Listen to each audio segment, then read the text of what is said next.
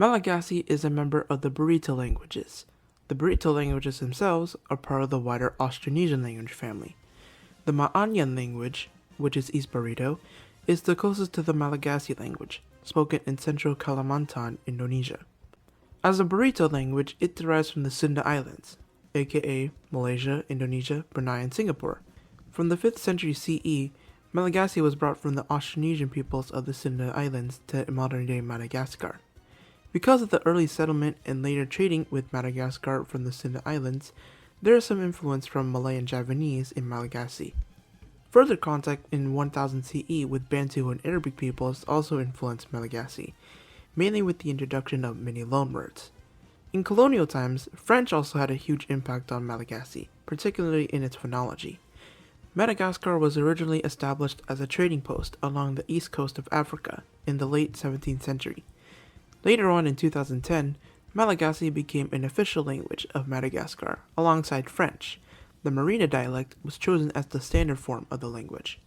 But there are two main dialect groups in Malagasy, Western and Eastern. As of 2015, Malagasy has 25 million speakers, the majority of its speakers on the island of Madagascar. So, what's Malagasy like? First, phonology. Words are pronounced essentially as written, but many exceptions exist. In terms of vowels, there are 5 main ones: a, e, I, o, u. And at the end of the word, ao is pronounced as ao. For example, this verb meaning to do or to act. Manau. And oa is pronounced as ua. For example, the number 2. Ru. In most accents of Malagasy, almost all vowels at the end of words are silent. One special element of phonology in terms of consonants is that Malagasy contains prenasalized consonants. These prenasalized consonants were inherited via the Bantu languages from the Niger-Congo language family, the language family native to Africa. Alongside prenasalized consonants, another group of consonants that Malagasy has are retroflex consonants, something that most languages of India have. Most Austronesian languages don't contain retroflexes. One language that does is the Fijian language, spoken in Fiji. If the letter N has an umlaut, it's pronounced as a velar nasal, nga. In most texts, diacritics aren't really used. Those that are used are the circumflex, the umlaut, the tilde, acute, and the grave accent. The stress of a word primarily occurs on the penultimate syllable, in other words, the second to last syllable, but stress on the last syllable occurs if a word ends with 2 vowels.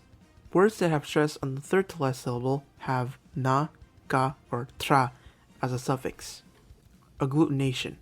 Malagasy is an extensive agglutinative language. Adfixes attach to root words that change the meaning of that root. In Austronesian languages, the majority of them are concentrated in the Philippinic languages, the Malayic languages, or the Formosan languages. We can't look at all of them, but let's look at a few examples. Faha. This forms abstract nouns from words beginning with maha, and also marks a time in the past. The word for child. Saz. That becomes the word for childhood. Fahasaz. You could think of this as in child days. Fi forms verbal nouns from verbs beginning with mi, to congratulate. Yarahab.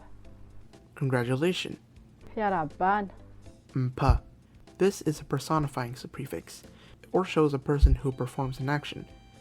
Photograph. Makassar. Photographer. Pakassar. Ha forms abstract nouns from adjectives. High. Auf. That becomes height. Haaf. Ha ana is a circumfix of numbers that shows the number of days. The number 3. Tel. 3 days. Atelun. E forms adjectives or adverbs from nouns, and also forms locations, which is common in place names in Madagascar. The word for back. Vu. That becomes the word behind. Ivu. These type of patterns are common in forming new types of verbs and adjectives. For example, the root word is Aden. which means examination, to be examined, Adin. to be able to examine, Mahaden. to examine, Manaden. examiner, Panaden. someone who often examines, or suspicious. Maden. Verbs follow this same system of agglutination as well. Let's start with this root for price. Vid. a present tense prefix is added, ma, mi, or man, so Vide. becomes Mi vide. meaning to sell. I buy a house. Mi vide trano aho. The past tense prefix is na, ni, or nan. I bought a house. Ni vide trano aho. The future tense prefix is ha, he, or han. I'll buy a house, or I will buy a house. Hi vide trano aho.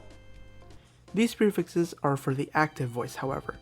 Malagasy has 3 voices that a verb can have: active, circumstantial, and passive. The active and passive are found in English, but the circumstantial isn't. This voice emphasizes the place, time, or circumstances of the verb. The circumstantial conjugations are circumfixes. Let's look at a sentence. This means I bought a house in Fianarantsoa. Tany Fianarantsoa no novidianako trano. We can translate the sentence as, it is in Fianarantsoa where I bought a house. Word order. We'll look at a simple sentence to examine this. This means we eat rice. Mihinana vary izahay. Word for word it's eat, rice, we. This word order is VOS, verb object subject. VOS word order only occurs in around 3% of the world's languages. This includes some Mayan languages and again, Fijian, spoken in Fiji. Izahay. Is the first person singular exclusive pronoun. Malagasy pronouns function similarly to other Austronesian languages. Izahay. Is the exclusive pronoun for the first person, meaning that it excludes the listener. This word order is the same if the pronoun is the object of the sentence. We greet you is Miarahaba anao izahay. Anao. is the second person singular object pronoun. Let's look at a few more sentences to see what else we can find about Malagasy.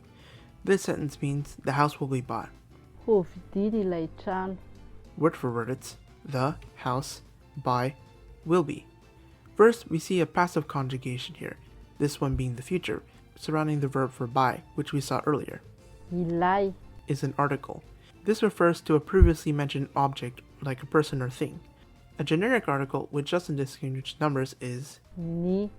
This also indicates that the next word functions as a noun. Other articles include I. This is a casual article that indicates a person.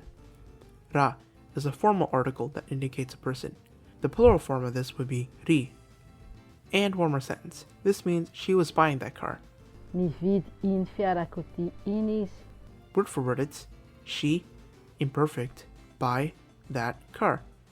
First off, notice that the demonstratives get doubled and surround the noun, similar to that of verb conjugations that we saw earlier. Here we see ni attached to the verb. We can make this the imperfective by adding vo to the root. So, Voavidiny io fiarakodia io. means she already bought that car. But wait a minute, why is there a different demonstrative for that? In Austronesian languages, demonstratives have a 3-way distinction. Here, there, which is near the listener, and there, away from both the speaker and listener. You can think of this as over there. All Austronesian languages have this distinction, including Hawaiian, Tagalog, and Malay, along with their sibling languages. While Malagasy has this distinction too, there's also a 3-way distinction between non-visual, visual, and visual plural. In other words, a distinction between if the object or objects are seen or unseen. This same word order is used if we add a possessive. She's buying my car is, Nividy ny fiarakodiako izy. but it's more common to hear this sentence as, Novidiny ty fiarakodiako ty. or, Novididy iny fiarakodia iny. word for word it's she, imperfect, buy, car, my. Notice that in this sentence, go or ku is the first person singular possessive adjective, in other words, my. In the first and second person singular and plural, there are 2 forms with either a consonant or with the base word itself. That depends on if the noun ends in a vowel or not. And notice that in this sentence, the article is still needed in the possessive construction. If you speak an agglutinative Austronesian language, Malagasy grammar might be fairly familiar to you, but of course a lot of the words are fairly different as well. As someone who hasn't had much exposure to the burrito languages, Malagasy might seem like a little bit of a far stretch to call Austronesian, but if you're looking very closely, you'll see the connections very fast. Something I'm adding to the show is the language difficulty rating. We have 5 categories: D1, D2, D3, D4, and D5. D1 being the least difficult while D5 being the most difficult, similar to that of the FSI rating, but we're going to use it for this show. For today, we place Malagasy in D4, meaning that it's fairly difficult for English speakers to learn, especially that for people who never had experience in an Austronesian language. I'm curious about something, however. For Malagasy speakers, how much do you use your language in everyday conversation? Do you use French instead? Do you use another language? For speakers of other Austronesian languages, how related is Malagasy to your language? Are there any Ma'anyan speakers watching? I'd like to know how similar you think Malagasy is to your language, or to anyone who speaks other burrito languages. Anyways, thank you all for watching this video. Viewers like you help me make this show, and make it less boring than it could be. Thank you all for watching, and I will see you all in the next video. Peace.